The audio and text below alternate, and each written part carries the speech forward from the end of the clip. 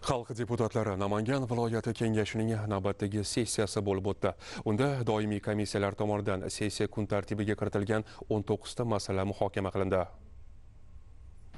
Sessiyada deputatlar viloyatda qonuniylikni mustahkamlash, huquq tartibotni kuchaytirish hamda jinoyatchilikning oldini olish borasida o'tgan yil amalga oshirilgan ishlar yuzasidan mutasaddilarning hisobotlarini tingladilar. Bu yo'nalishda Prezidentimiz raisligida Toshkent shahrida bo'lib o'tgan xavfsiz muhitni shakllantirish hamda jamoat xavfsizligini samarali ta'minlash bo'yicha namunaviy amaliyotni tashkil etish chora-tadbirlari yuzasidan o'tkazilgan video selektor yig'ilishida jinoyatchilikka qarshi kurashish borasida yangi tizim asosida faoliyat yuritish alohida ta'kidlandi. Bundan tashqari, viloyat mahalliy byudjetining belgilangan prognoz ko'rsatkichlari ijrosi, tuman va shaharlarning ixtisoslashuvi, hududlarda aholi yashash va tadbirkorlik faoliyati bilan shug'ullanishi uchun qulay muhit yaratish, driver loyihalarini tasdiqlash, yangi O'zbekiston qiyofasidagi tumanlarni rivojlantirish dasturini bajarish kabi masalalar deputatlarning qizg'in bahs-munozarasi asosida ko'rib chiqildi. Shuningdek, Adliya boshqarmasi tomonidan norma ijodkorligi, huquqni qo'llash amaliyoti va huquqiy targ'ibot sohasidagi ishlar,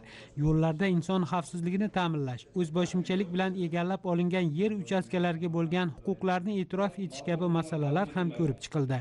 Norma ijodkorligi sohasiga to'xtaladigan bo'lsak, viloyat hokimi hamda xalq deputatlari kengashining 23 ta turdagi normativ hujjatlari Adliya boshqarmasiga ekspertizadan o'tkazish uchun kelib tushgan. Shundan 17 tasi ekspertizadan o'tkazilgan hamda 6 tasi qayta ishlash uchun ijrochilarga yuborilgan. Huquqni qo'llash amaliyoti yo'nalishida 2025-yilda 16 ta sohada o'rganish o'tkazdik. Natijada 6000 dan ortiq qonun buzilishlar aniqlandi hamda 1000 dan ortiq taqdimnomalar kiritildi. Deputatlar tomonidan bildirilgan takliflarni ham inobatga olgan holda kelgusidagi faoliyatimizni davom ettiramiz. Konstitutsiyaviy o'zgarishlar mohiyatida hokimiyat va vakillik organlari o'rtasidagi vakolatlarning berilishi, mahalliy davlat boshqaruvida ochiqlik, hisobdorlik va deputatlar mas'uliyatini oshirishga xizmat qilishi muhim ahamiyatga ega ekanligi alohida ta'kidlandi.